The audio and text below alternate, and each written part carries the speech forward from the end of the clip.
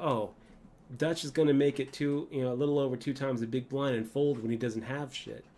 No, we want him to know that if he's going to re-raise us, then he's going to have to play with us. He's going to have to see a flop, and he's going to have to not know where he's at and play that game of now what do we do.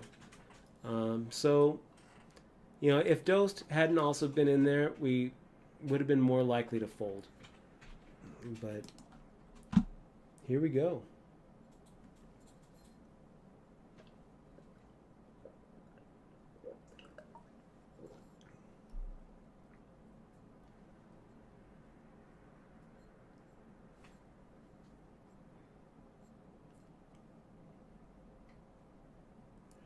Sandbags, do you feel like... Let's see. Sandbags asks, do you feel like you have wasted your life playing poker? I mean, from having so much success academically. What I would say... I don't think it's a troll question, you guys. And I think it's a fair question. I really do. And it's something I think about. But this is what I would say to that. Okay?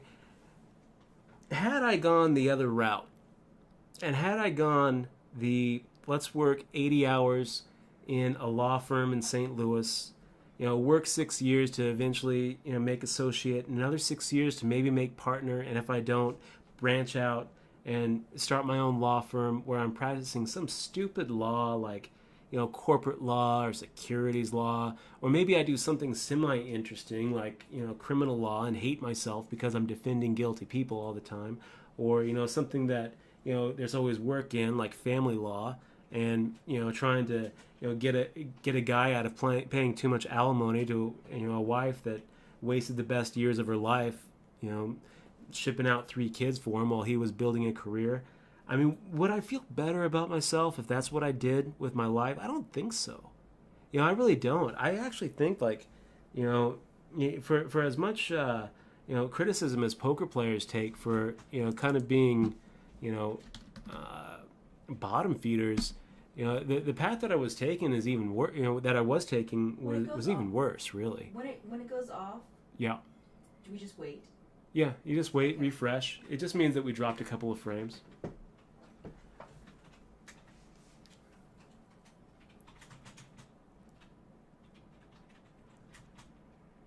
So let's just make sure we're not dropping a bunch of frames. We're not. If the stream died, you just need to restart it.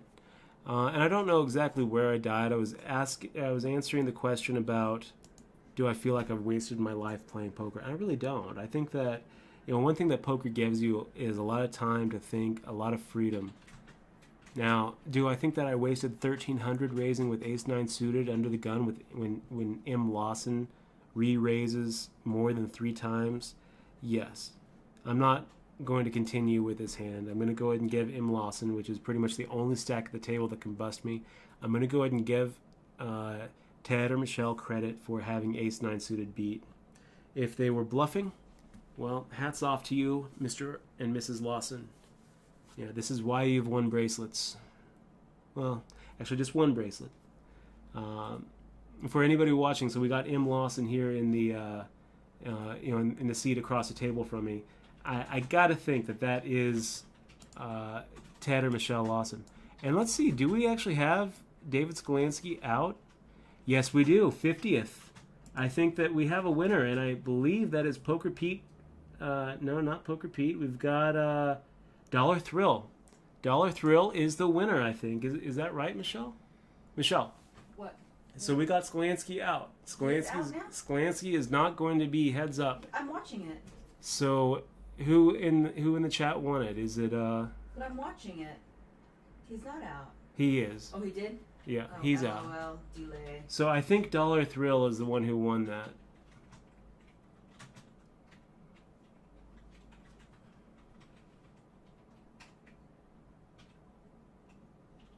So CT Shady, yes, I did. I studied law. I had my law degree by the time I was 18 years old. Which one is Alex the Great? I think that it was Dollar Thrill. I could be wrong here. We're gonna have to look through the chat log. We're gonna go ahead and take a cheap flop here with a Queen 6 offsuit. Let me see. Okay, guys, we're gonna have to see who was the one who was the first one to say. He's still in. It looks like to me. No, Legum is not in. Oh, okay. Legum is well, you out. didn't see it in your thing. Yeah, Legum is out 50th. I think it was Alex. Was it Alex or Dollar Thrill? Oh no, he said, "What is the meaning of life?" I think it was Dollar Thrill. I think that's who we got. Let's see dollar. So we make it 1,300. It's actually a pretty good raising hand. I think that we got Dollar Thrill as the. I don't see it. Was it a while ago? And it's just now. I don't see anything. We're gonna make it 1,300 again. We actually have top pair now, so it's a pretty good flop for Queen 10 offsuit. And if we get played back on, we're not really going anywhere, but we don't love our hand because anything that he could play back at us with. He's not in. Dollar Thrill's not in. That's funny. Where'd Dollar Thrill go? He's not in, so I think you might have seen it wrong. I see it on my stream chat, so I don't know. You sure he's out? Because I'm watching his stream. Yes, I'm sure that David Sklansky is out because I'm looking at my lobby and he's out. He went out 50th, so we have a winner. We have a winner. It's either Dollar Thrill or it's E1 CNR Eisner. So I'm pretty sure that we were looking at Dollar Thrill. If some of you guys in chat could help out with determining the winner here, because we're having some issues determining the winner. I'm gonna go ahead and just to be clear, y'all. Are we all agreeing that He's not in the chat, babe. Dollar Thrill took down the book? Is Dollar Thrill not in the chat anymore? Is that what's going on? I'm so confused right now. Yeah, Dollar Thrill is the winner. We're going to go ahead and award him the paperback copy of the book. Okay. Dollar Thrill? Dollar Thrill. We got James DeBear confirming. We got Michelle, I think, confirming. So, yeah, this is not going to be the heads-up matchup that we all dreamed of. How great would that have been? This heads up with the champ. So here's something fun. We had Silver Moon. We've already seen him do some weird shit. So we're gonna go ahead and make it we're gonna make it 3 times at this point. 3,600. Actually, no, we're gonna make it 3,700, which would be our standard plus his amount. Actually, no, we fucked up here. We should have been making it a little. It's okay. 3,700 is fine. We got Silver Moon, who's been making all sorts of weird bets, right? He's been making those min raises with like King 7 suited. We actually are going to assume that Ace Queen offsuit is the best hand here. So, yeah, we want to isolate. We go ahead and take it down.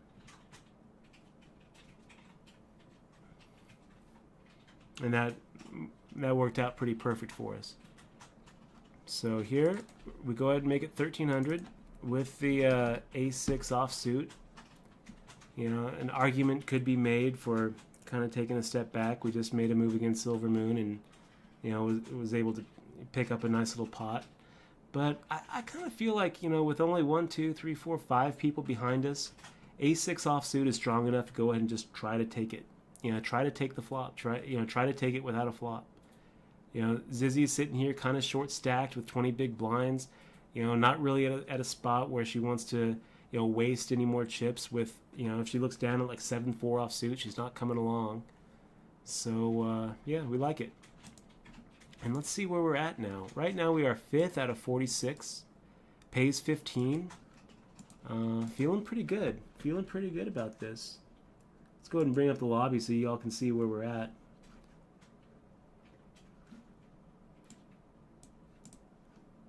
So here we are. We got Astro Boy sitting there in nice chip stack. Dosed, Butters, Ep Lefty, Leonidas. Leonidas is a pretty strong regular here on WSOP.com.